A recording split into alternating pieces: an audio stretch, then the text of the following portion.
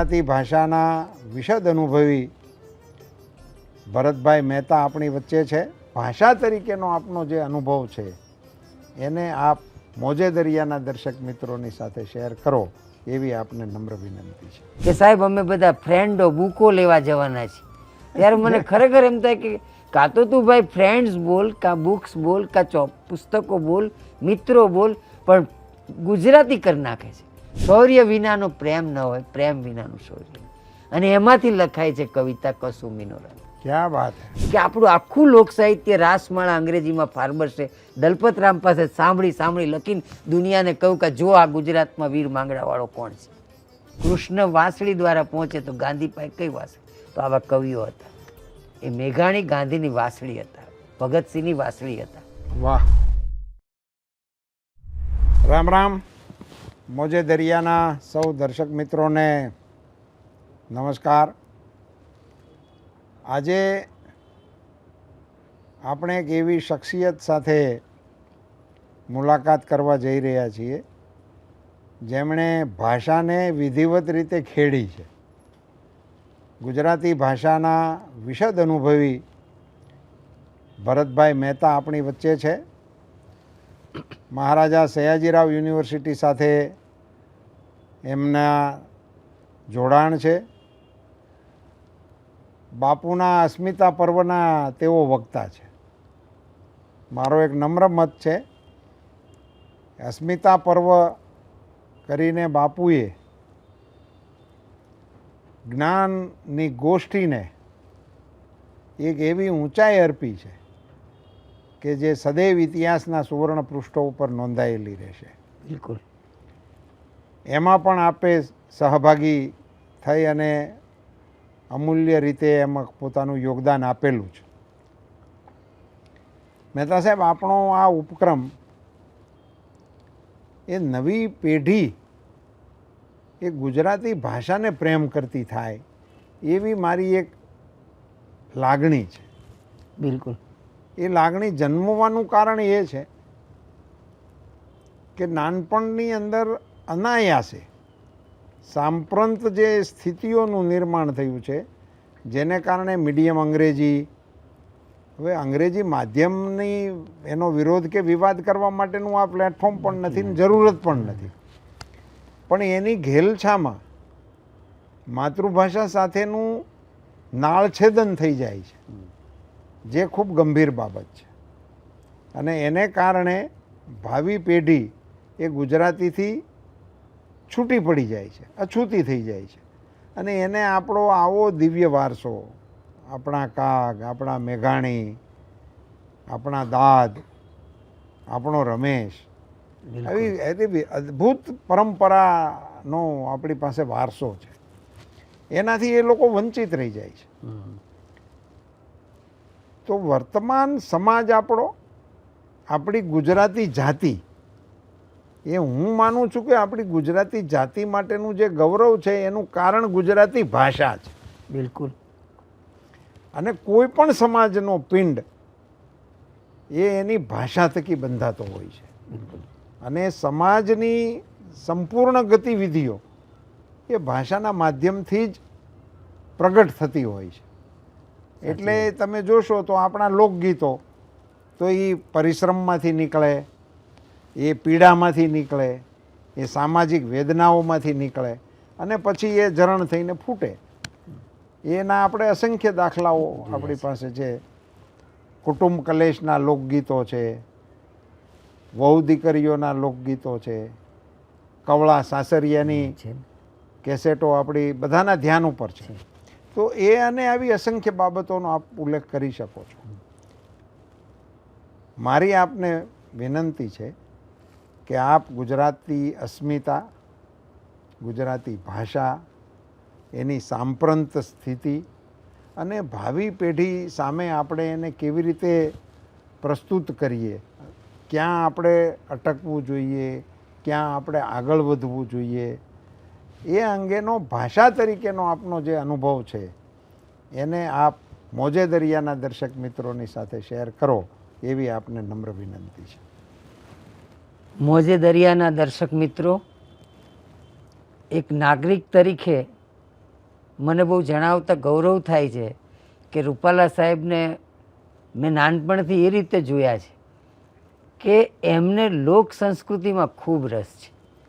મળવાનું તો 2-5 વાર બન્યું, અસ્મિતા પર્વમાં ને સિકંદરાબાદમાં. પણ મેં જોયું અથવા તમને જ્યાં પણ હું સાંભળું છું કે ત્યારે તમારી વાણીમાં એક જમીન સાથેનું જોડાણ સુદૃઢ છે. અને આ જોડાણ તમે કહો છો કે આજે પેઢીમાં, નવી પેઢીમાં નથી, એ ચિંતામાંથી વધુ એ જુદી વાત છે. પણ તમને પોતાને જે પાક્કો રસ હતો એનો અહીંયા રંગ છે. આ મોજે દરિયા એ બહુ તમારા લોહીના ઊંડા એક એમાં પડેલું નિશાન છે. હું એ રીતે એક શિક્ષક તરીકે જોઈ રહ્યો છું કે તમે ભાષા ને લોક સંસ્કૃતિની વાત આવે ત્યારે બીજું બધું ભૂલી જાઓ છો. આ એક મેં દૂરથી એટલા ડિસ્ટન્સ જોયેલું છે. અને તમે જે મને પ્રશ્નો પૂછ્યા કે આજેની પેઢી ને અસ્મિતા ને, તો એક શિક્ષક તરીકે હું પણ આ ચિંતા અનુભવું છું. આ ચિંતા ગુજરાતી કરતાં ગુજરાતી ભાષાની વિશેષ છે. ગુજરાતીઓ તો બધે છવાયેલા છે અને એ તો મહાજાતિ ગુજરાતી, આપણા બક્ષી કહેતા એમ. બિલકુલ. જ્યારે વૈશ્વિકરણનો વ પણ નહીં સાંભળ્યો હોય દુનિયાએ, ત્યારની આપણે દુનિયા ખેડેલી છે. આપણી કહેવત જ છે, લંકાની લાડી ને ઘોઘાનો વર. ત્યારે આપણે લંકા પરણીને આવી જતા હતા. તો વૈશ્વિકીકરણની આ ઘટનામાં પણ એ વખતે મેં જોયું હતું અથવા હજી પણ જોઉં છું કે વિદેશ ગયેલા જેટલા ગુજરાતીને ચાહે છે ને એટલા અહીંયા નથી ચાહતા. ઘણીવાર એ લોકોને ભાષાનું અથવા યાદ આવતું હશે, નોસ્ટેલ્જિક એક જરૂરિયાત હશે. પણ અહીંયા દાખલા તરીકે હું કોલેજમાં હોઉં ને એમને છોકરાઓ એવું કે સાહેબ અમે બધા ફ્રેન્ડો બુકો લેવા જવાના છીએ, ત્યારે મને ખરેખર એમ થાય કે કાં તો તું ભાઈ ફ્રેન્ડ્સ બોલ, કાં બુક્સ બોલ, કાં પુસ્તકો બોલ, મિત્રો બોલ, પણ ગુજરાતી કરી નાખે છે. ફ્રેન્ડો બુકો લેવા જવાના છે. તમે જે ઉદાહરણ આપ્યું ને, બહુ સુંદર ઉલ્લેખ આપે કર્યો અને એકદમ વ્યવહારમાંથી પકડ્યો. સમયસર, દાખલા કેટલો સરસ શબ્દ છે. તમે બોલો કે હું સમયસર આવી જઈશ, અથવા તો એમ કહીએ કે હું ટાઈમ ટુ ટાઈમ પહોંચી જઈશ. પણ આપણે શું કરીએ સાહેબ, આપણે એમ કહીએ છીએ કે ટાઈમસર પહોંચી જઈશ. સર આપણું અને ટાઈમ એમનો, આવું જે જોડાણ ખ્યાલ પણ નથી રહેતો. તમને એનાથી સૌથી મોટું ઉદાહરણ આપું, એક ભાષાના શિક્ષક તરીકે મોજે દરિયાના પ્રેક્ષકોને મજા પડશે કે આ બાબો ક્યાંથી આવ્યો સાહેબ. તમે જુઓ કે BABY, બેબી, ચાઇલ્ડ, મેલ ઓર ફિમેલ બંને માટે અંગ્રેજી શબ્દ છે બેબી. પણ આપણે પાછળ પેલું ઈ આવ્યું ને એટલે આપણને થઈ ગયું કે આ સ્ત્રીલિંગ. તો હવે એના પુલિંગનું શું કરવું, એટલે BAB એમનું રાખ્યું ને ઓ આપણો વેલ્ડિંગ કર્યો. આમ બાબો આવ્યો છે સાહેબ. આ બાબો ક્યાંથી આવ્યો એ અદ્ભુત વાત તમે લઈ આવ્યા છે. એટલે BAB એમનો છે ને ઓ આપણો છે. છોકરાઓ ગુજરાતી શબ્દ જ નથી. ના, નથી બિલકુલ. આ મારો બાબો છે, આજે આપણે ગૌરવથી કહીએ છીએ. તો આ બાબો એ ગુજરાતી શબ્દ છે સાહેબ. આ ગુજરાતી અંગ્રેજીનું મિશ્રણ જે ચાલ્યું છે એને ખરેખર આપણી ભાષાને ગુજારી પણ દે ને આવું વધી જાય તો.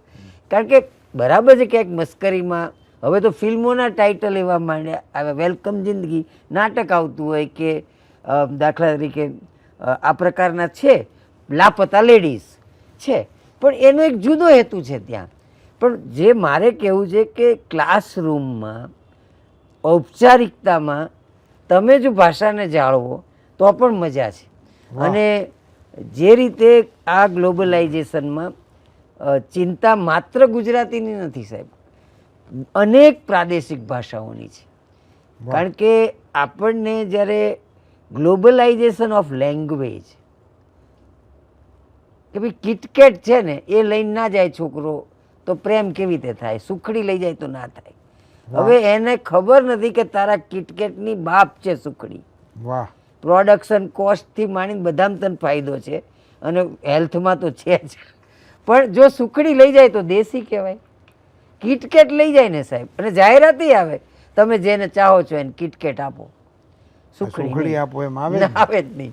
તો આ જે માઇન્ડસેટ લેંગ્વેજનું જે કારણ કે મને ઘણીવાર એવું થાય છે કે નવો વિષય આપે છેડી દીધો, ગ્લોબલાઇઝેશનની ભાષા ઉપર અસર. હા સાહેબ, હું તમને કહું ખરેખર તમે એક જ કોઈ પણ ક્લાસમાં તો મોટા માણસ છો, કોઈ પણ સ્કૂલમાં જઈને ખાલી એક ખાલી જગ્યા પૂછજો, ઠંડા મતલબ ખાલી જગ્યા, બધા છોકરા કોકા કોલા ના લખે તો કહેજો, કોઈ શીતલ લખ્યું હોય તો પૈસા પાછા.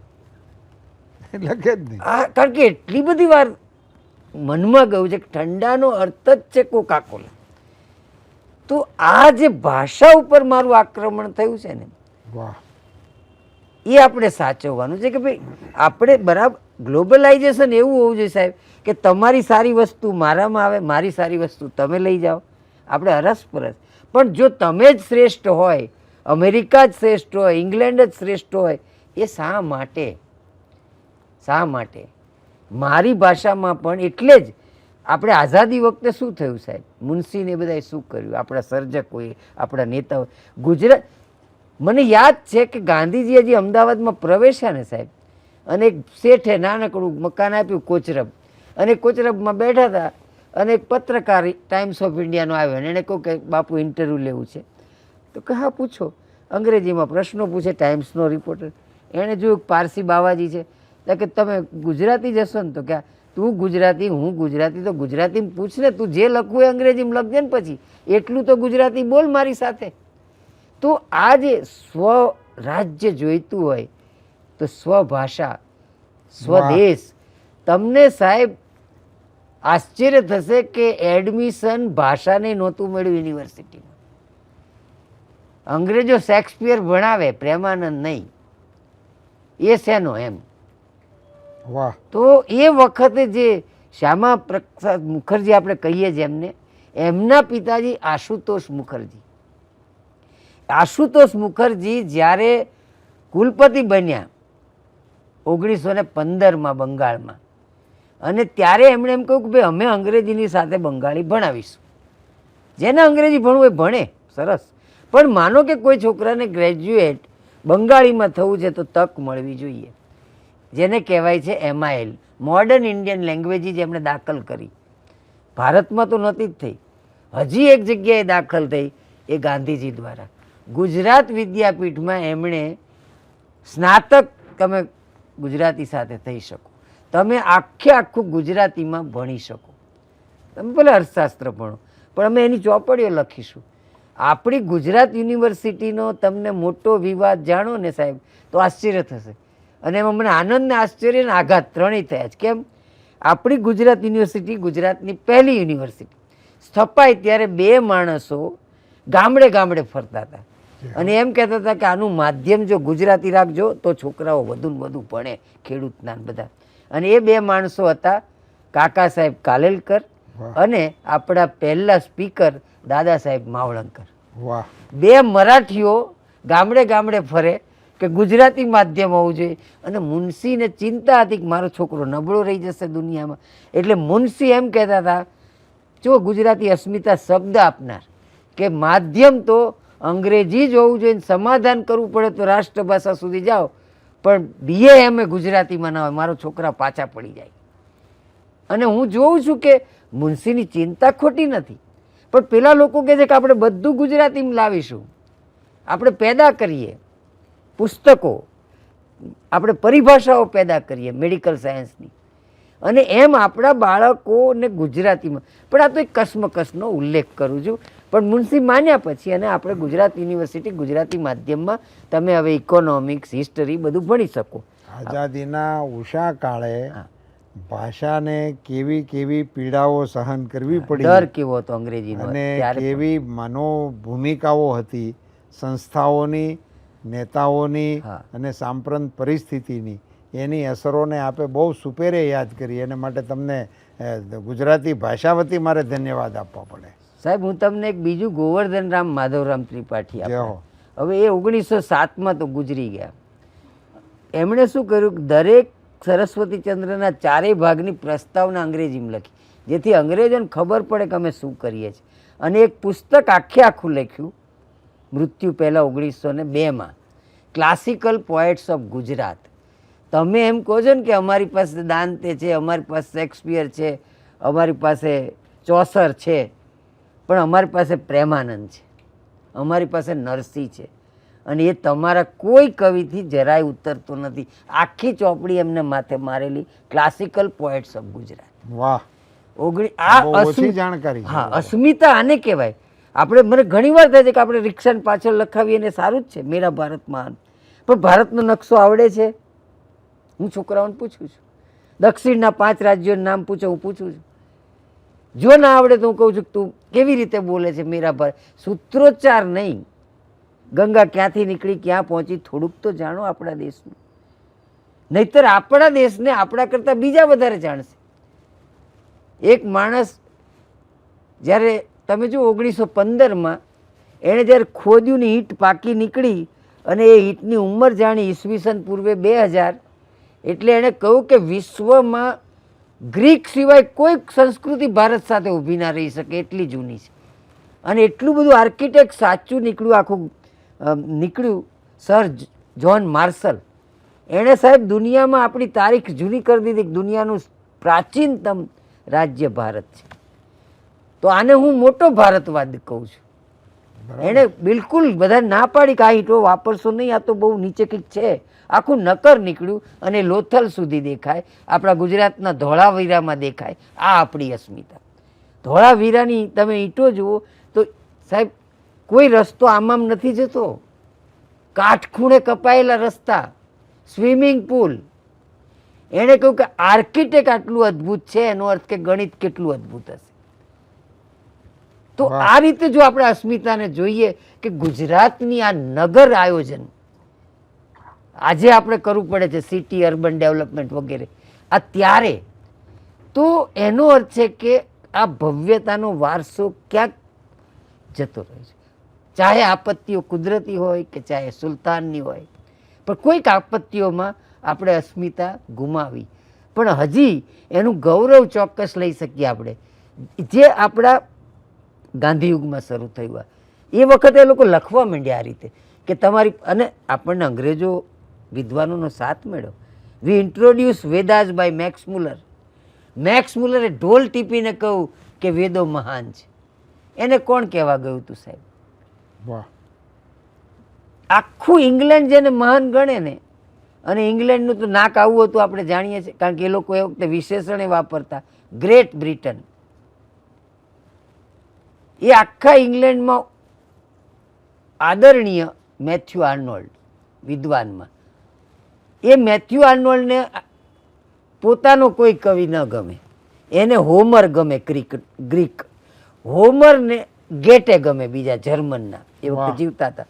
હવે તો તમે ગેટેને મળવા જાઓ ને કે ભાઈ આખા ઇંગ્લેન્ડના મહાન માણસને તમે ગમો છો, મહાન લાગો છો, તમને કોણ મહાન લાગે? તો ગેટે કે મને મહાન કાલિદાસ લાગે છે. ક્યાં વાત હે કે હું અભિજ્ઞાન શાકુંતલને માથે મૂકી નાચું છું. અને આપણે શેક્સપિયર પાછળ પડ્યા છીએ. અને પેલો શેક્સપિયરના દેશનો માણસ કહે છે કે ગેટે મહાન છે. અને જ્યારે આર્થર ક્લબને એમના એક મિત્ર આર્નોલ્ડના, એણે કહ્યું કે તમે હમણાં છે ને આપણે એક વિલિયમ જોન્સ છે ઇન્ડિયામાં, એમણે ગીતાનો અનુવાદ કર્યો, તમે વાંચો તો કે ના મોકલો. અને ગીતા એમને એટલી બધી ગમી આર્નોલ્ડને કે આર્નોલ્ડના સાહિત્યને જોવાના દ્રષ્ટિકોણમાં તટસ્થતાને તાદાત્મ્ય જે ગત્યની સંજ્ઞા છે એમાં ગીતાનો પ્રભાવ છે. તો આ રીતે જેને હું ઇન્ડોલોજિસ્ટ કહું છું, આપણે હજી સાહેબ બીજું ગુજરાતી ઉદાહરણ આપું. દલપતરામ વઢવાણ અને અમદાવાદનો કલેક્ટર એલેક્ઝાન્ડર ફોર્બસ.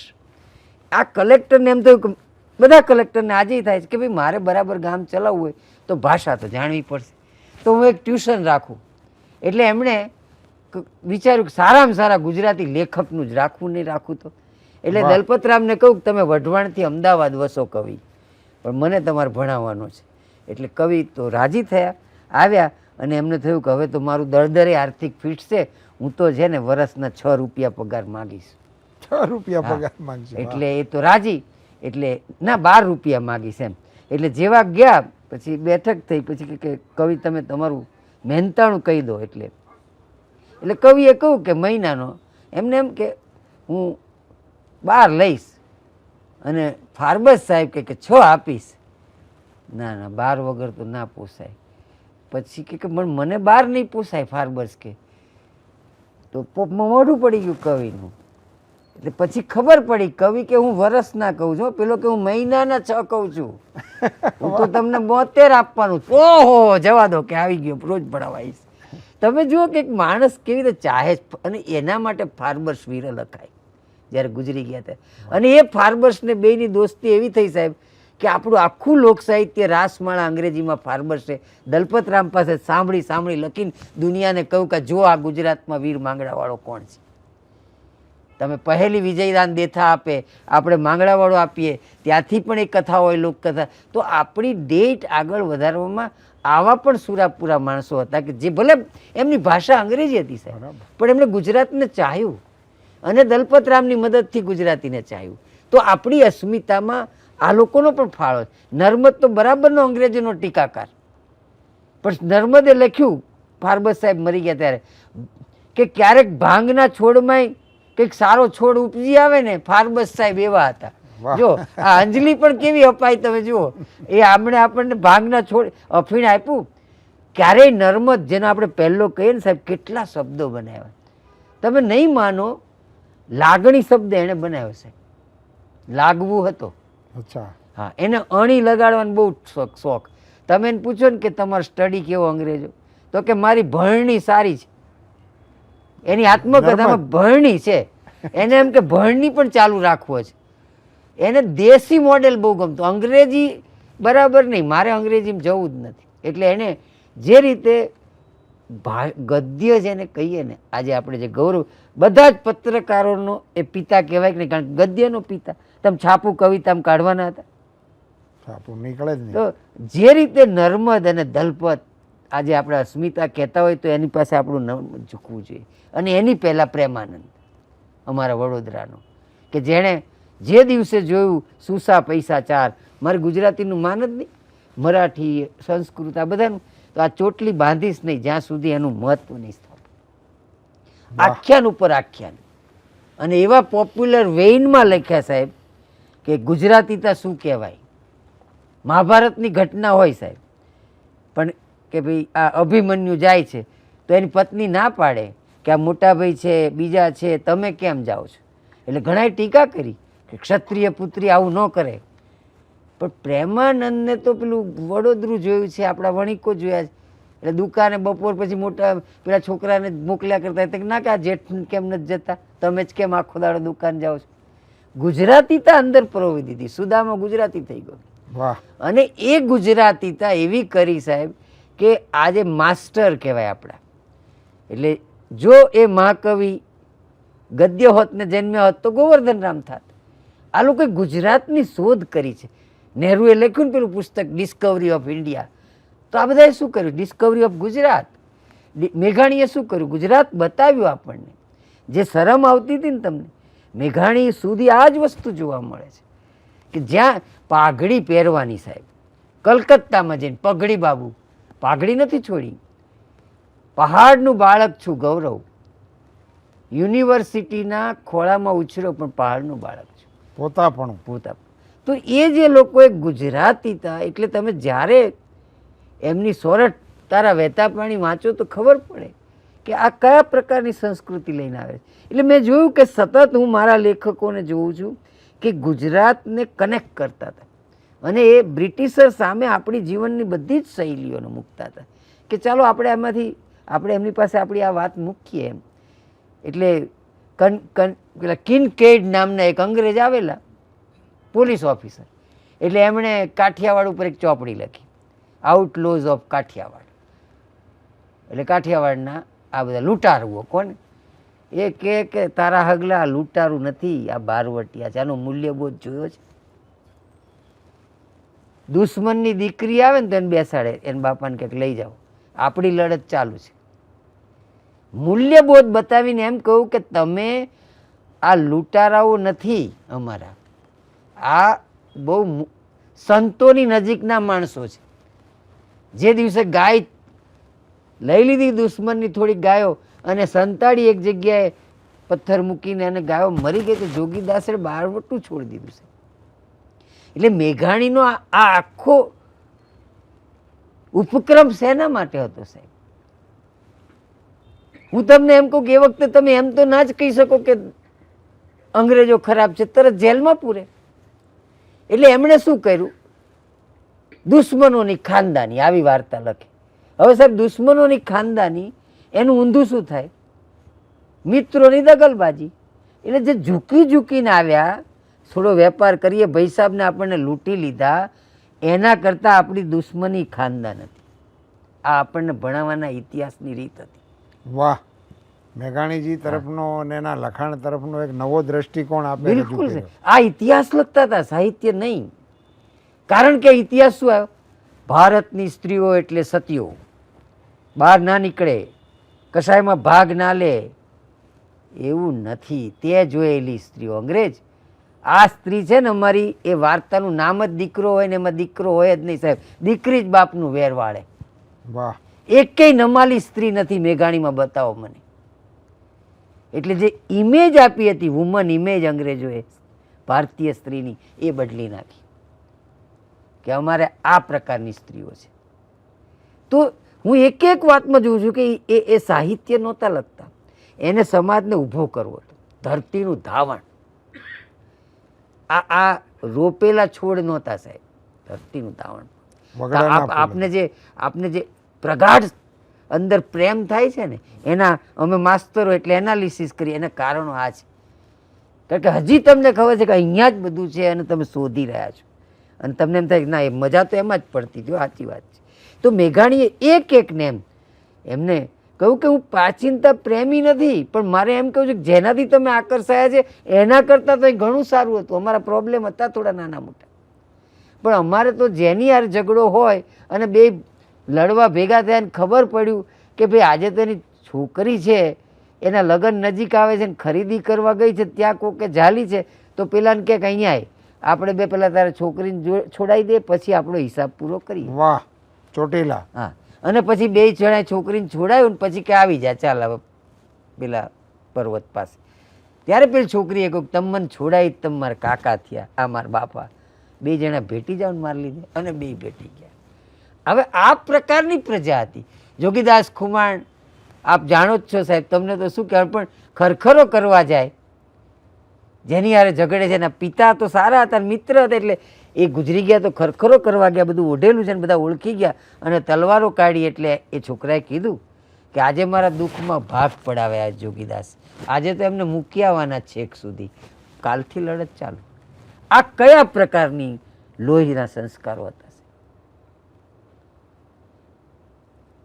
જોગીદાસ દીકરાને ને પત્નીને નજર કેદ રાખેલા સાહેબ. અને એ જોગીદાસના છોકરાને ક્યારેક ગુસ્સો આવે ને એટલે પેલા કુંવરને મારે, અને ત્યારે ફરિયાદ કરી પેલા એક રાજાના દીકરાને મારે.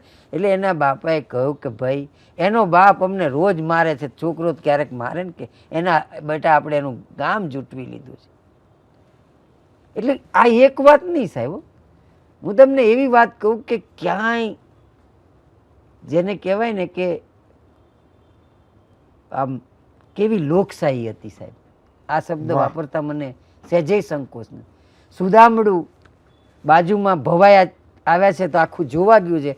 ગામમાં બહુ વૃદ્ધ આપા છે, કે મુખ્ય માણસ છે, ઉંમર થઈ છે નથી ગયા, અને ગામમાં એક હરિજન છે કાન્યો કરીને, એ બેઠો છે. અને પેલા લૂંટારાઓને ખબર પડી કે આજે ગામ ખાલી છે, લૂંટી લેવાય, સારો મોકો છે. એટલે સુદામડા ઉપર ત્રાટક્યા, અને પેલા કાનિયા ઝાપડાએ એવો સામનો કર્યો સાહેબ, મરી ગયો, પણ ભાગ્યા પેલા બધા, અને આપાને તો બચાવી જ લીધા. અને બીજે દિવસે ગઢવી આવ્યા, અને પછી એમણે શરૂ કર્યું, વાહ વાહ આપા, તમે ગામ બચાવ્યું, વાહ ઉંમરે, એમ કરીને એક પછી એક એકદમ આપા ઊભા થયા કે ગઢવા, આમ ન બોલે કોઈ દિવસ દરબાર નહીતર, ગઢવા તારી સરસ્વતી અભડાય છે કે કા, મેં તને કીધું કે ગામ મારા કાનિયાએ બચાવ્યું છે, તારી સરસ્વતી કેમ નથી કાનિયાના ગુણ ગાતી? કાનિયાના ગુણ ગા. કાનિયો હરિજન સાહેબ. વાહ, ઇતિહાસમાંથી કાઢવો નહોતો બાપુને, એણે કીધું કાનિયાના ગીત ગા. હું જાગ્યો પણ કાનિયો મરી ગયો મારો, એણે મને બચાવ્યો છે, ગામ બચાવ્યું છે સાહેબ. આ કાનિયા ઝાપડાની વાર્તા દ્વારા શું યાદ આપતા હતા આંબેડકર ગાંધીજીને? કે ભેટી જાઓ, આ લોકોના ટ્રેપમાં ના આવો. વિમળા અને એમનું બીજું પાત્ર હુરબાઈ કપડાં ધોવા ગઈ હોય અને વિમળાનો પતિ બ્રહ્મદેશ હોય, કાળચક્ર નવલકથા છેલ્લી, અને હુરબાઈને બે કપડાં ધોતા વાતો કરે. હુરબાઈ કે આ મારા ભાઈને કંઈક થયું છે. તો શું થયું? હમણાં ટોપી પહેરે છે, કોઈ દાડો નહોતો પહેરતો. લડકે લેંગે પાકિસ્તાન. તો કે આ પાકિસ્તાન શું છે? કે વિમળા કે મને ખબર નથી, મારો ધણી બ્રહ્મદેશ ગયો છે ને, તો ત્યાં એક સુભાષ બાબુ છે, એ ભારતમાં આવવાના છે કે, અને હવે તો કે જર્મન રેડિયો ઉપરથી બોલે છે, તો કાલે જ હું રેડિયો મેળવતી, કદાચ અવાજ આવી જાય તો. તમે જુઓ કે કહેવા માગતા હતા કે બધા તાતણાઓ જે આપણા હતા ને એની કરુણતાઓ હતી. આ હુરબાઈ ને વિમળા હારે જ લુગડા ધોતા હતા. તમે છૂટા પાડ્યા, ટોપીઓ પહેરાઈ. નહીતર આમ જત પરમારા એમની એક વાર્તા છે, બે એકબીજા માટે જાન આપ્યો ને, પણ જાત જુદી ને, તો હિન્દુ મુસલમાન એટલે. તો એણે છે ને આમ વચ્ચે મરતા મરતા આમ પેલી રેતી મૂકી કે લોહી ના ભળી જાય. તો કે એકબીજા માટે જાન આપ્યો ને હવે તું લોહીની ક્યાં ફાડે છે, થઈ જવા દે ભેગા. સાહેબ કેટલી જગ્યાએ અહીંયા તમે જાઓ તો એમણે એક વાત કહેવી હતી કે આ કયા પ્રકારની સંસ્કૃતિ હતી. તમને કહું કે સાહેબ એમની એક વાર્તા, આપણે આહિરાણી બાઈની વાર્તા છે દુષ્કાળની. પ્રદેશમાં બહુ જ દુષ્કાળ ચાલે જુઓ, અને બેન આવી, ભાઈએ ના પાડી. ભાઈએ ના પાડી.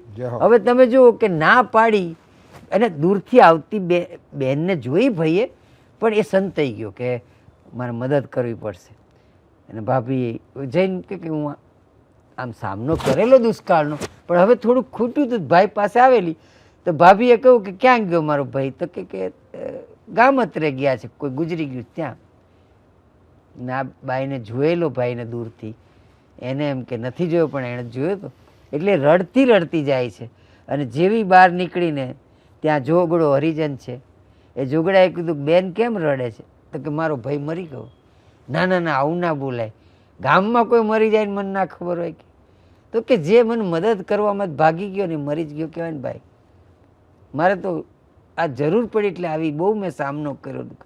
ના તું આવું ના બોલ બેન.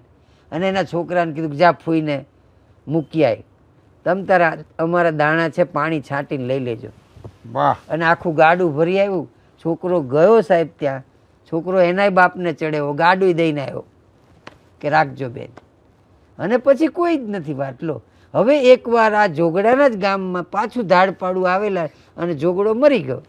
અને પેલી બાઈ ત્યાં ઘર રંગતી હતી, ત્યાંથી પછાડ નાખતી નાખતી ગાતા ગાતા આવેલી.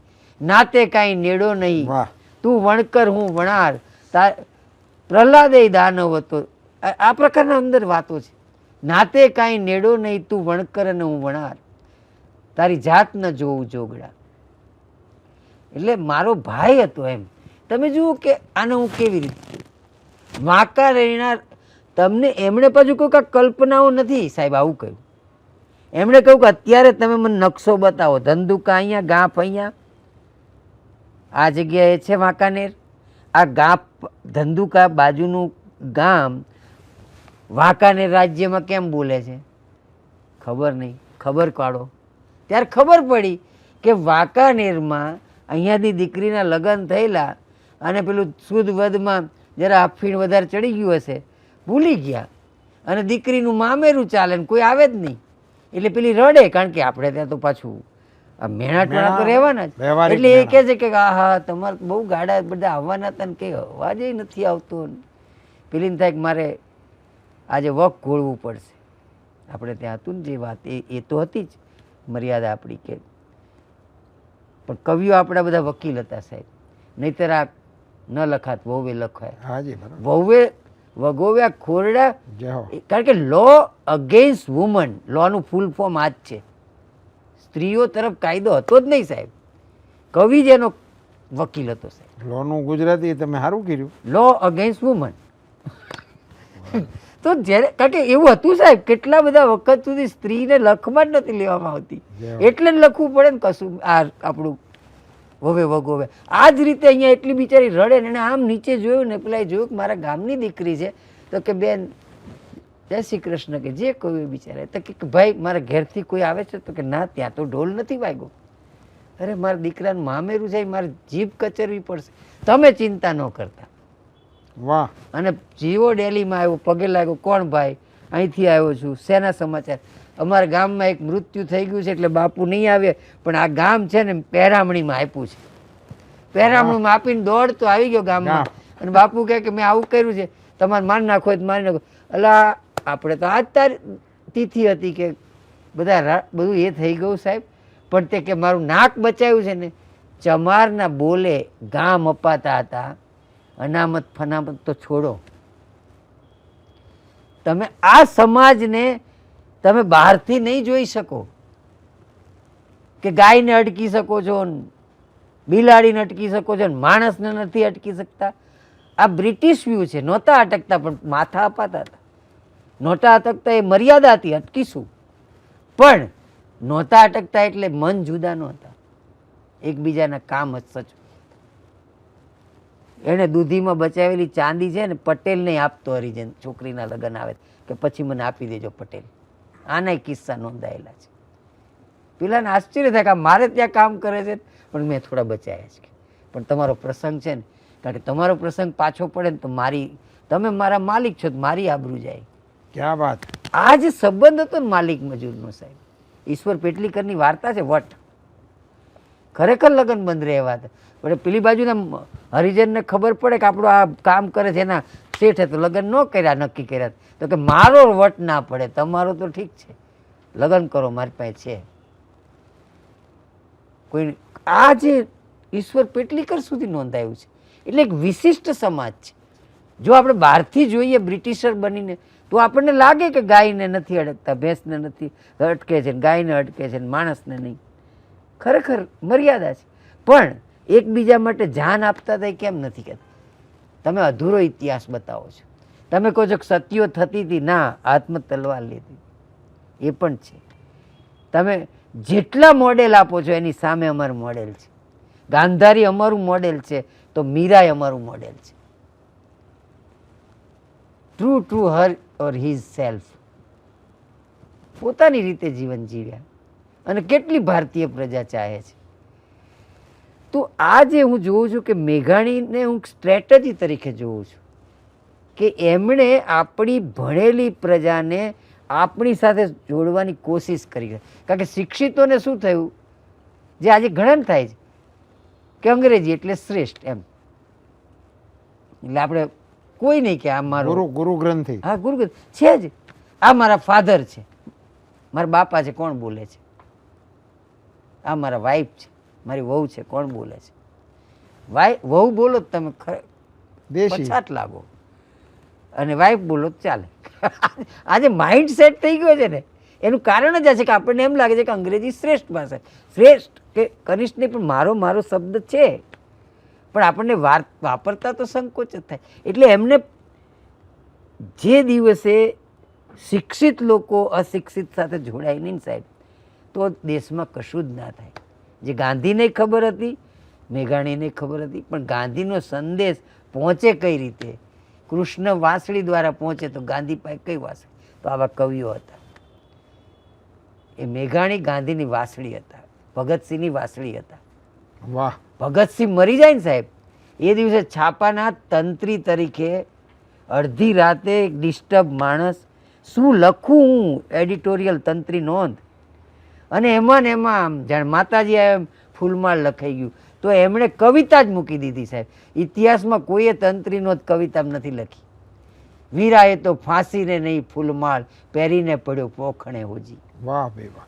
અને જેને ફાંસી શેના માટે થઈ છે? સોન્ડર્સની હત્યા માટે. પણ કેમ હત્યા કરી? કે તમે અમારા લાલા લજપતરાયને માર્યા હતા, નહીંતર ન કરે. તમારા આચાર્ય હતા ભાઈ. અમે હિંસામાં ચાહતા, પ્રચુર માનવતાવાદી છીએ, પણ તમે એવું કર્યું. એક સાયમન ગો બેક કહેવા શાંતિથી નીકળેલા ટોળા ઉપર તમે જો માથામાં મારો મારા શિક્ષકને, તો અમારાથી નહીં રહેવાય. એટલે એમણે કહ્યું કે વીરા તું તો તરસ્યોય નહોતો રક્તનો હોજી. હજી તો માને ધાવેલું દૂધ ફોરતું તું. 19 વર્ષ 4 વર્ષ તો કોર્ટમાં ગયા. તો ફૂલમાળની કવિતા રાજકોટમાં બેસીને લખાય ત્યારે દેશ કેવો હશે સાહેબ? તો એ વખતે લખી ફૂલમાળ એમણે વીર જતીન દાસના સમાન. જતીનદાસ જે ભગતસિંહના મિત્ર 84 દિવસની ભૂખ હડતાલે મૃત્યુ પામ્યા, એના સંભાળના ગુજરાતમાં લખે, વેગળી જાઓ રે અશ્રુની વાદળી. વાહ. આજે મને આંખમાં આંસુ ના આવવા જોઈએ, વીરના તેજને નવ રહો આવરી. આજે તો મને જોવા દો, છેલ્લું દર્શન કરવા દો. એ મેઘાણીના ગમતું હતું કે મારે સમાજને બેઠો કરવો છે. એટલે પેલી નાનકડી બહેન હોય ને સાહેબ, એ લખે, મારે 2 ભાઈ છે, એક વિલાસી અને બીજો તલવાર ઘસનારો. વાહ. અને જ્યારે પેલો ચડી આવે ને તો મારો મેલવાળો ભાઈ ભાગી ગયો ને મારા બાપનું નામ આણે રાખ્યું, તો મને એનું ગૌરવ છે. ભીતે તલવારનો વારસદાર. ભીતે ઝૂલે છે ભીતે ઝૂલે છે તલવાર. એકની ભીતે ઝૂલતી હતી, એકની ભેટે ઝૂલતી હતી. તો આ તલવાર ભીતે ન ઝૂલવી જોઈએ, એ અંગ્રેજોને સંદેશ છોકરાઓને કોણ આપે છે કે તારા જ્ઞાનની તલવારે ભીતે નહીં, અંગ્રેજો માટે નહીં, સતત ઘસતો રહે. આ જે વસ્તુ હતી ને, એક તમે અસ્મિતા કહો છો, આવી હતી. જગદીશચંદ્ર બોઝને સાહેબ જે હો પગાર નેટિવ કાળિયા એટલે ઓછો આપે ને એમણે કહ્યું કે હું પણ જીવ વિજ્ઞાન ભણાવું, આ સાહેબ પણ ભણાવે, ગોરા છે, તો એમનો પગાર આ મારો કેમ આ? એ બ્રિટનના છે. તો એમણે કહ્યું પણ ભણાવી હશે તો એક જ યુનિવર્સિટી, મારે પગાર જ નથી જોઈતો જ્યાં સુધી સરખો ના આપો. એમાં રાણી પાસે વાત પહોંચી અને પછી એમણે રસ લઈને કહ્યું બેન સરખો પગાર આપો. પણ પગાર વર્ષો સુધી ના લીધો કે હું શેનો ઓછો લઉં, તમારે જેટલું જ જ્ઞાન ધરાવું છું. વાહ. તમે જુઓ સાહેબ, જગદીશચંદ્ર બોઝની આ વાત તો કોઈના ધ્યાનમાં નથી. જગદીશચંદ્ર બોઝ એ વૃક્ષમાં જીવ છે એ ના પણ માહિતી એ વખતે સાહેબ બધા જોડાયેલા જ હતા. એ જ્યારે નોબેલ પ્રાઇઝ લઈને આવ્યા તો સ્ટેશને ટાગોર ગયા હતા અને લગ્નમાં ટાગોરનો ફાળો જગદીશ બાબુને. આ બધા એકબીજા સાથે જોડાયેલા હતા. પ્રફુલ્લચંદ્ર રોય ને વૈજ્ઞાનિક, શિક્ષકો, પ્રેમચંદજી સાંભળે. એક પ્રાઇમરી ટીચર એકવાર આવેલા, ગાંધીજીને સાંભળ્યા, બીજા દાડે રાજીનામું. મેઘાણી, નજરુલનો રણકો કાનમાં પડ્યો અને ગીતો જ ગીતો ક્રાંતિના. કે કેવા ગીતો સાહેબ!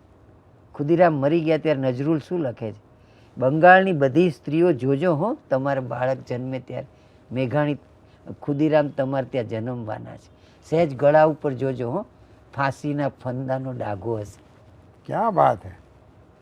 એક ગીત એટલું બધું વખણાય. એણે તો હું મારા પ્રદેશમાં જઈને આવું કરું તો 2000નો પગાર, મા બાપ બધા દુઃખી થઈ ગયા. તમે એસવાયમાં ભણતા હોય અને 2000નો પગાર સાહેબ, શિક્ષકનો જ્યારે પગાર 20-30 રૂપિયા હતો ત્યારે 2000. એલ્યુમિનિયમના કારખાનાના મેનેજર ઘેર આવી ગયા, પહેલાં ટપાલ લખી, હું આવું છું. ગોધૂલીનો સમય થયો છે, ગાયની ઘંટડીઓના અવાજ સંભળાય છે અને મને બોલાવે છે મારો પ્રદેશ, લિખિતન હું આવું છું. અને આવી ગયા. મા બાપે કહ્યું તું શું કરીશ? ના, ખાવા પીવાના પૈસા પેદા કરીશ, તમને માથે નહીં પડું બસ. પણ તે કેવી નોકરી છોડી, પણ હું નથી જીવી શકતો, મને નહીં ફાવે, મારે જુદું કરવું છે. 60 રૂપિયામાં નોકરી, ફૂલછાપ, 2000થી 60. એ જ વર્ષે જન્મેલા હતા સુભાષ બાબુ, એ જ વર્ષે મેઘાણી. ICS થવાનું, અરજી ફાડી નાખવાની, શું કહેવાય, ડિગ્રી ફાડી નાખવાની. એમના ભાઈનો પત્ર આવ્યો કે ગાંડા, તું સૌથી મોટી ડિગ્રી ICS ફળાતી હશે, આ તો અંગ્રેજોને બતાવવા કે અમે થઈ શકીએ છીએ. પણ મા બાપ કેટલા દુઃખી છે ખબર છે તને? તો એણે કહ્યું કે હા છે, મને ખબર છે, એક આંસુ છે મારી આંખમાં એમને દુઃખ પહોંચાડવું. પણ ભારત માતા માટે નિર્ણય લીધો ને એનો બીજો આંસુ છે. ક્યાં વાત હે! ઇતિહાસની કચરાપેટી એટલી મોટી છે ને કે સુભાષ બાબુ કલેક્ટર થઈ ગયા હોત ને ખબર ન પડે, કેટલાય આવીને જતા રહ્યા. એમ મેઘાણી જો ત્યાં મેનેજર પગડી બાબુ થયા હોત ને શું થાત? આખી યુનિવર્સિટીઓ ના કરી શકે ને એટલું કામ કરીને ગયા છે. અને એની પાછળની સ્ટ્રેટેજી તો એ હતી કે મારા દેશને ચાલતી પ્રવૃત્તિ સાથે મારા રાજ્યને જોડવું છે. એટલે એમણે બરાબર નજરુલે જે કામ ત્યાં કર્યું એ કામ અહીંયા કર્યું. એટલે એ લખતા હતા કે ભાઈ વંદાથી શું બીવે છે આપણી છોકરીઓ, નીકળો વંદો નીકળો કુદાકુદ. આ ચારણ કન્યાનો પ્રદેશ છે. વાહ. તો જે રીતે એમણે એક એક કવિતા હું જોઉં છું, પ્રેમ શૌર્ય, જે હેમચંદ્રાચાર્ય આપણને કહેલું, જ્યારે જે ભાષા ઘડાતી હતી ત્યારે આપણો જે ભાવ હતો કે બેન મારો ધણી પાછો ના આવે ને ભલ્લા હુઆ જો માર્યા, ભલું થયું એ ત્યાં યુદ્ધમાં મરી ગયો, પાછો આવે ને તો હું મારી બેનપણીને મોં શું બતાવે, ભલ્લા હુઆ જો માર્યા, ભાગીને આવ્યો તો મને ન ગમે. અને બીજી બાજુ તમે જુઓ કે જેવા એકદમ કાગડો આમ ઉડાડ્યો ને હાથમાંથી કંગન પડી ગયું, રાહ જોતી હતી કે કોક આવશે, અને બીજું આમ ઉડાડવા જાય છે તો લોહી પીવું જોયું ને એકદમ લોહી વધ્યું અને કંગન, બે કંગન તૂટ્યા, એક આના માટે એક પીવું ને જોયું. તો પ્રેમ શૌર્ય નર્મદનો પ્રિય શબ્દ. શૌર્ય વિનાનો પ્રેમ ન હોય, પ્રેમ વિનાનું શૌર્ય. અને એમાંથી લખાય છે કવિતા કસુંબીનો રંગ. ક્યાં વાત હે. કસુંબીના રંગ નીચે મોજે દરિયાના દર્શકોને કહું, તમે એમના 88 પુસ્તકોને આ એક કવિતાની અંદર મૂકી શકશો. એક કે આખી એમની પ્રસ્તાવના સાહેબ, એમણે જે કંઈ લખ્યું હોય ને કે ક્યાંથી કસુંબીનો રંગનો અર્થ શું કરશો, એ શું કાળો ધોળો રંગ હતો? અભાવોમાં પણ જીક ઝીલતું જે માનવ્ય છે ને એ છે કસુંબીનો મિજાજ. ભાવ છે મિજાજ કે ભાઈ આમાં જીવીશું અને કેવી રીતે. જો મને ક્યાંથી આ બધું લડવાની પ્રેરણા મળી? તો બેનના હાલરડામાંથી, માના ધાવણમાંથી, દરિયા પારના વીરોમાંથી પણ. અને આ બધું મેં ભેગું કરું છું કવિ છે એટલે. ઘોળી ઘોળીને ભર્યા ટેકીલા રંગીલા પીજો કસુંબીનો રંગ, સમગ્ર મેઘાણી સાહિત્ય સાહેબ. દોરંગા દેખીને ડર્યા, જે ડબલ મનના હશે ને એ ભાગશે. તો મેં તો જોયું કે એમનું બધું જ સાહિત્ય તલવારનો વારસદારી છે આમાં. માના ધાવણથી શીખ્યો તો ક્યાં શિવાજીનું હાલરડું એમને એમ લખાય, ક્યાં મહારાષ્ટ્ર, ક્યાં કાઠિયાવાડ, પણ ઘેર ઘેર ઘેર ઘેર આભમાં ઉગેલ ચાંદલો ને જીજાબાઈને. એમાં જુઓ તમે વાત શું છે, ગઈકાલ અને આજ અને આવતીકાલ. આજે મારા ભાઈ તું સુઈ લે, કાલે તો પથરો મુકાશે, તું જંગલમાં આવીશ. તો કોઈ સ્વાતંત્ર્ય સેનાની વાત નથી કે આજે તને મોટો કરું દીકરા, પણ કાલ જોડાઈ જજે, મારો દેશ ગુલામ છે. આ શું શિવાજીની કવિતા હતી? અંગ્રેજોને ન ખબર પડે એમ અંગ્રેજો વિરુદ્ધની કવિતા હતી. અંગ્રેજોને ન ખબર પડે એમ દુશ્મનોની ખાનારી અંગ્રેજો વિરુદ્ધનું સાહિત્ય હતું. આ એક એમની યોજના હતી એમ કહું છું. એટલે એ આબમાં ઉગેલ લખે છે. ક્યારેક ગઈકાલને, હવે જો માનો કે આઝાદી મળી જશે પછી આપણે બધા છીએ ને, તો એકદમ એક કવિતા લખી. એમાં શું લખ્યું? આપણે ત્યાં નથી કહેતા આ લોકો ગયા પણ એ વખતની વાત જુદી હતી, હવે આપણને ના પોસાય. આપણે બધા ભગતસિંહ ગમે, ભગતસિંહ પેદા થવા જોઈએ ઘેર ઘેર, મારા ઘર સિવાય. એટલે એમાં આવે છે વિદાય. અમારે ઘર હતા, ભાઈ હતા, ભાંડુ હતા, પિતાની છાંય લીલી ગોદ માતાની હતી, ગભૂડી બેનના આંસુ ભીના હૈયા હિચોળે, અમારા નૈન જંપતા આરામ ઝૂલે.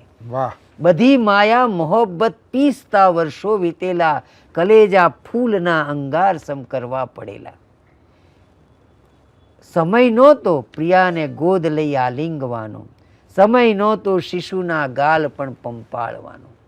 જે દિવસે ભગતસિંહે બોમ્બ ફોડ્યો એ દિવસે આપણા ગુજરાતી બેન, એમના મિત્રના પત્ની, એ તો પેલા ભાઈ તો ગુજરી ગયેલા, જેમને એ લઈને જ કલકત્તા ગયા, કલકત્તાથી નીકળી ગયા હતા, જે બોમ્બ ફોડીને કલકત્તા ગયા હતા છેક.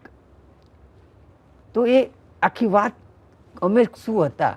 અને પછી એમાં જુઓ સાહેબ એ શું કહે છે કે ભાઈ બિરાદર નૌજવાં આવી ગયા આપણે, બિરાદર નૌજવાં અમ રાહથી છો દૂર રહેજે, અમોને પંથ ભૂલેલા ભલે તું માની લેજે, તમારો જુદો રસ્તો અમન, પણ તું એક વાત ના બિચારા કહીશ ના, લાખો ભલે ધિક્કાર દેજે. વાહ. અમને બિચારા ના કહીશ. ખુદીરામ 7 બહેનોનો એક ભાઈ હતો. એટલે કમસે કમ અમને ચાહનારી બહેનો હતી, અમારે મા બાપ હતા, અમે કંઈ નવરા નહોતા પડ્યા. તમે એમ કહો છો કે મારે આ કામ છે ને પેલું, અમારે 1000 કામ હતા. તો આ જે વસ્તુ એ વિદાય કોને પ્રેરણા આપે કે તમે ભૂલી ના જતા, કદીક સ્વાધીનતા આવે વિનંતી ભાઈ છાની, અમોને સ્મરી લેજો જરી પળ એક નાની. વાહ ભાઈ વાહ. આ કલાક ફાળવો ને તો બહુ કહેવાય, પણ એક પળ પણ જો યાદ કરશો ને તો તમારામાં પેલો તંતુ રહેશે કે મારે કશુંક સામાજિક નિસ્બત કરવાની છે. અને જ્યાં સુધી તમે સામાજિક, ગાંધીજી બહુ તોડીને બોલતા. એક દિવસ બન્યું એવું કે જ્યારે દક્ષિણ આફ્રિકાથી આવ્યા ને રૂપાલા સાહેબ, જે હો. અને આખું અમદાવાદમાં એક ડૉક્ટર હતા અને સરસ કાર્ય કર સામાજિક ને, સાયકલ રાખે ને મેગેઝિન કાઢતા હતા. અને મેગેઝિનનું શીર્ષક એ બહુ સરસ સાહેબ, ભસેગા ઓર કાટેગા. અરે ભસેગા ઓર કાટેગા. ભસ તો કૂતરો કરડે ને એમ કહે ને, તો એ છાપું કાઢતા ભસેગા ઓર કાટેગા. અને બહુ સરસ માણસ. એટલે ગાંધીજીને મળવા ગયા. ગાંધીજી, તમે આ બધું અમદાવાદ ને બધામાં કામ કરવા માગો છો, આફ્રિકા આપે સરસ કર્યું છે, પણ તમે એક વર્ષ તો આખું હિન્દુસ્તાન ફરવા ગયા, તમને મુખ્ય પ્રશ્ન કયો લાગ્યો હિન્દુસ્તાન? જુઓ તમે, ગાંધીજીએ અસ્પૃશ્યતા, કોમવાદ કશુંય નહીં સાહેબ, સ્ત્રીઓની સ્થિતિ ના, એ બધું છે નાના નાના. મુખ્ય પ્રશ્ન કયો આમ લખી રાખો દિવાલ પર. એમણે જે જવાબ આપ્યો છે, શિક્ષિતોની નિષ્ક્રિયતા. વાહ. કે આ શિક્ષિતો નિષ્ક્રિય છે, નહીં તો કેવી રીતે ટકે? તો આ નિષ્ક્રિય શિક્ષકોને સાહેબ સક્રિય કરવા હોય તો લેખકની જરૂર પડે, મોજે દરિયાની જરૂર પડે. જે હો જે હો. કલાનું આ કામ છે કે જે વંચિતો છે ને એને ટકાવે, થોડાક આશા આપે, મરીશ નહીં ભાઈ, આપઘાત ના કરી, જો આવું થયું. અને જે સંપન્ન છે ને એના દિલમાં થોડીક દીવો પ્રગટાવે, પેલાની સામું જો દોસ્ત. આ બે કળાનું કામ છે. પેલાને સહેજ સોફ્ટ કરવો અને આને થોડો કળાની કળા છે ને ભાગી ના જવાય સાહેબ સમાજને છોડી, નહીતર મનોરંજન થઈ જાય. મેઘાણી મનોરંજન શબ્દથી ત્રાસ પામતા હતા. એમણે સમાજને બેઠો કરવો તેમ. એટલે એક નાનપણમાં અમારે સરસ કવિતા આવતી હિન્દીમાં ભણવામાં, આગ લગી ઇસ વૃક્ષ કો. એકવાર ઝાડમાં કંઈક આગ લાગી, આગ લગી ઇસ વૃક્ષ કો, જલને લગે પાત, પાંદડા બળવા માંડ્યા. તુમ ક્યું જલે પંખીઓ, એટલે પંખીઓ ઉડતા નથી. તુમ ક્યું જલે પંખીઓ, પંખ તુમારે સાથ, તમારી સાથે પાંખો છે ને, તમે કેમ ના ઉડ્યા? પંખીઓ જવાબ આપે છે, ફલ ખાએ ઇસ વૃક્ષ કે, ગંદે કીને પાન. આજ ઝાડના ફળ ખાધા, આજ ઝાડના પાન ગંદા કર્યા છે, યહી હમારા ધર્મ હૈ, હમ જલેંગે ઉસકે સાથ. તો સર્જક કલાકાર એનું કામ એ છે કે સમાજ બળતો હોય તો એને બળવું પડશે. કાક બાપુને યાદ કરો. હા, કાક કરાય ને, કરો. વડલો કહે છે વનરાયું સળગી, હા, મૂકી દો જૂના માળા, હા, ઉડી જાઓ પંખી પાંખો વાળા. પંખી પાંખો, બરાબર છે, એક્ઝેક્ટ આવે છે. આ જ છે એ સાહેબ. જ શબ્દો વાપર્યા છે. આપણે સાહેબ આપણા સાહિત્ય, આશરે તારે ઈંડા ઉછેર્યા હા, અને ફળ ખાધા રસવાળા, વાહ વાહ વાહ, મરવા ટાણે સાથ મેલી દે ઈ મોઢા મશ વાળા, ક્યાં વાત હે, ક્યાં વાત. ઉડી જાઓ પંખી પાંખો વાળા. આ તમારો રસ છે ને, તરત જ તમે કમ્પેરેટિવ. આપણું ભારતીય સાહિત્ય છે ને, ગમે ત્યાંથી આમ આમ કરો ને પણ હરખું થઈ જાય છે. આપણે સંત સાહિત્યની શિબિર કરીએ એક જમાનામાં, ત્યારે ભારત ક્યાં હતું સાહેબ? એવી રીતે હતું નકશો પક્ષ. પણ નરસિંહ, તમે જુઓ, તુલસીદાસ, બધાની ભાષા જોશો ને પછી વિચાર જોશો તો એક છે. સંતોની વસંત છે, ફૂલડાના રંગ જુદા છે. એ જ રીતે હું જોઉં છું કે ભારત કલ્ચરલી નકશા વગર એક જ હતું. ગુજરાત તો તમારું 1 મે 1960માં થયું ને, પણ જય જય ગરવી ગુજરાત લખ્યું. નર્મદને કોઈ સંકોચ નથી, ક્યાંથી ક્યાં પૂરું થાય, ક્યાં રાજસ્થાન શરૂ થાય. વાંચજો કવિતા છે 1848માં. ગુજરાતની કેટલી વાર હતી નકશો બનાવવાની, એણે બનાવી નાખ્યો છે. દક્ષિણમાં કુંતલેશ્વર, અહીંયા પાવાગઢ, ત્યાં આબુ. કોણે એને કીધું હતું? આ કહેવાય દેશદાજ. એટલે ચાહતા હતા હું સુરત શહેરનું કેરેક્ટર છું એમ. I is always capital. નર્મદે સંકોચ જ નથી. આપણે ના કહ્યું ભાઈ, હમણાં જ હું સાંભળ્યું કે ભાઈ પેલું શું હું કરું એ જજ્ઞાનતા. ના, એ નરસિંહનું હશે. નર્મદે તેમ કહ્યું ના મેં કર્યું છે તો શું કામ નહીં. એટલે એમને આત્મકથા લખીને તો મારી હકીકત, નિબંધો લખ્યા તો નર્મ ગદ્ય, કવિતા લખી નર્મ પદ્ય, સિક્કો જ મારવાનો. મેં લખ્યું છે, જેવું હોય એવું. વિરસ વિકટ મુજ કવન છે. જો સાહેબ પોતાની કવિતાને, વિરસ વિકટ મુજ કવન છે, ગ્રીષ્મ તણુ તે ઘાસ. મારી કવિતા ઉનાળાના ઘાસ જેવી છે વિરસ, પણ મારે સર્વ કવિનો વિરસ વિકટ મુજ કવન છે, ગ્રીષ્મ તણુ તે ઘાસ. વડનગરો નાગર છઉ, સર્વ કવિનો દાસ. હું બીજા કવિઓનો પગે લાગુ છું, પણ મારી કેડી તો હું જ કરીશ. મારે કંઈક નવું લખવું છે, ભલે કાચું લખવું છે, જેથી બીજા પાકું લખે. એટલે એમણે લૌકિકતાનો જે પાસ આપી દીધો અલૌકિકને, કે એમને થયું કે મારે લખવું જ છે શેનું, મારા ગુજરાતનું કવિતા. એટલે જય જય ગુજરી ગયો, નહીં તો જય જય ભગવાન આવતા હતા. જય જય ગરવી ગુજરાત આવ્યું. 500 વર્ષમાં કવિતા સરસ હતી, પણ અલૌકિક હતી. આણે જમીનમાં બતાવી. તો આ રીતે આપણે સતત સાહિત્ય દ્વારા બધી ખોજ કરી રહ્યા છીએ. એટલે એમાં નર્મદ, ગોવર્ધનરામ, મુનશી, આ બધાનો ફાળો. મુનશીએ બધા ઇતિહાસો અંગ્રેજીમાં લખ્યા છે. કેમ કે બ્રિટિશરોને ખબર પડે કે ઇતિહાસ અમારો છે, એમ કહું છું. પણ આપણને ઘણીવાર આ નહોતી ખબર. એટલે પેલા આ પણ તમાચું જ છે નહેરુનું નામ પણ, ડિસ્કવરી ઓફ ઇન્ડિયા. ભારત આપણા હાથે જ ક્યાંક ડાબા હાથે મુકાઈ ગયું. એટલે ખોળવું પડે. એટલે દરેક વખતે આપણે કહેવું પડ્યું કે આ બધું અહીંયા હતું એમ અંગ્રેજોને, કે અમે અમારી પાસે છે. એટલે મુનશીએ પણ એ જ રીતે કર્યું. મુનશીના ઇતિહાસ લેખનને હું જોઉં છું તો મેઘાણીએ એ રીતે કર્યું, ગાંધીજીએ એ રીતે કર્યું. એ જ્યારે માનો કે હું તમને કહું કે આપણે અત્યારે અંગ્રેજીથી ને પ્રોટોકોલ, આ એક અત્યારે બહુ મોટો શબ્દ છે ને સાહેબ. હવે ચર્ચિલને મળવા ગયા, પોતળી પહેરીને ગયા. એમણે કહ્યું ચર્ચિલ આ રીતે હું ના મળું, અહીંયા પ્રોટોકોલ હોય ના, સામાન્ય તો હોય ને, અડધા કપડાં પહેરીને હાલ્યા આવ્યા છે એમ. એણે કહ્યું કે આ તો મેં શરમમાં પહેર્યું છે, તમે મારા દેશની હાલત કરીને એનું આ પ્રતીક છે, આ જ પહેરીશ. અને ત્યાંના લેબર્સ મળવા આવ્યા એટલે ચર્ચિલ ગભરાયા કે આ ડોસો પાસે તકલીફ કરી જશે, એટલે પોતળી સાથે મળવું પડ્યું. એમણે કહ્યું પોતળી તો રહેશે જ. તો આ જે આઈડેન્ટિટી હતી, મુનશીએ લખ્યું જ છે સાહેબ. તમે મુનશીની આત્મકથા વાંચો ને, એક દ્રશ્ય બહુ સરસ છે.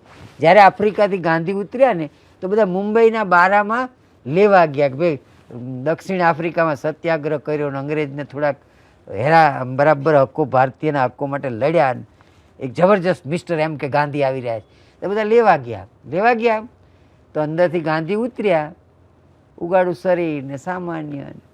તો મુનશીએ લખ્યું છે આત્મકથા, મારી આજુબાજુમાં 2-3 પારસી બાઈઓ હતી, 501 લોકો ગયા હતા, વધારે નહોતા. પણ એમાં પારસી બાઈઓ અંદર વાતો કરે, અલા આન કરતાં તમારો ધોબી સારો જ કે. અને ખરેખર મુનશીએ નોંધ્યું છે, અને એ ખોટી વાતે નહોતી. પણ ગાંધી ધોબી માટે જ આવતા હતા. આ દેશ સામાન્ય લોકોનો છે, એ 500 બેઠા તેમનો નહીં. એ વખતે જે 20 કરોડ હતા ને, એમને આ ગાંધી એમનો લાગે. વાલ્મીકી રામાયણમાં છે સાહેબ, કે જ્યારે આમ બધા જીતીને પાછા વળ્યા ને તો સીતા માતાને જોઈ વાંદરીઓ બધી ઉભરી કે આપણા બધાના ધણીઓ ગયા હતા ને છોડાવવા, એ માતાજીના દર્શન તો કરીએ. તો સીતા માતાને રામજીને જોયા પછી કે અરે રે, આમને તો એક નાનું પૂછડું નથી કે, કારણ કે તમે તમારી જ દ્રષ્ટિથી જુઓ સાહેબ. વાહ. તો જેને કહેવાય કે આ 500 લોકો ઊભા હતા એના માટે નહીં, ગાંધીને ખબર હતી કે મારે કનેક્ટ થવું છે. આખી કોંગ્રેસને બદલી નાખી સાહેબ. નહીતર અરજીઓ જ ચાલતી હતી, પ્રજા સાથે જોડી આપ્યું.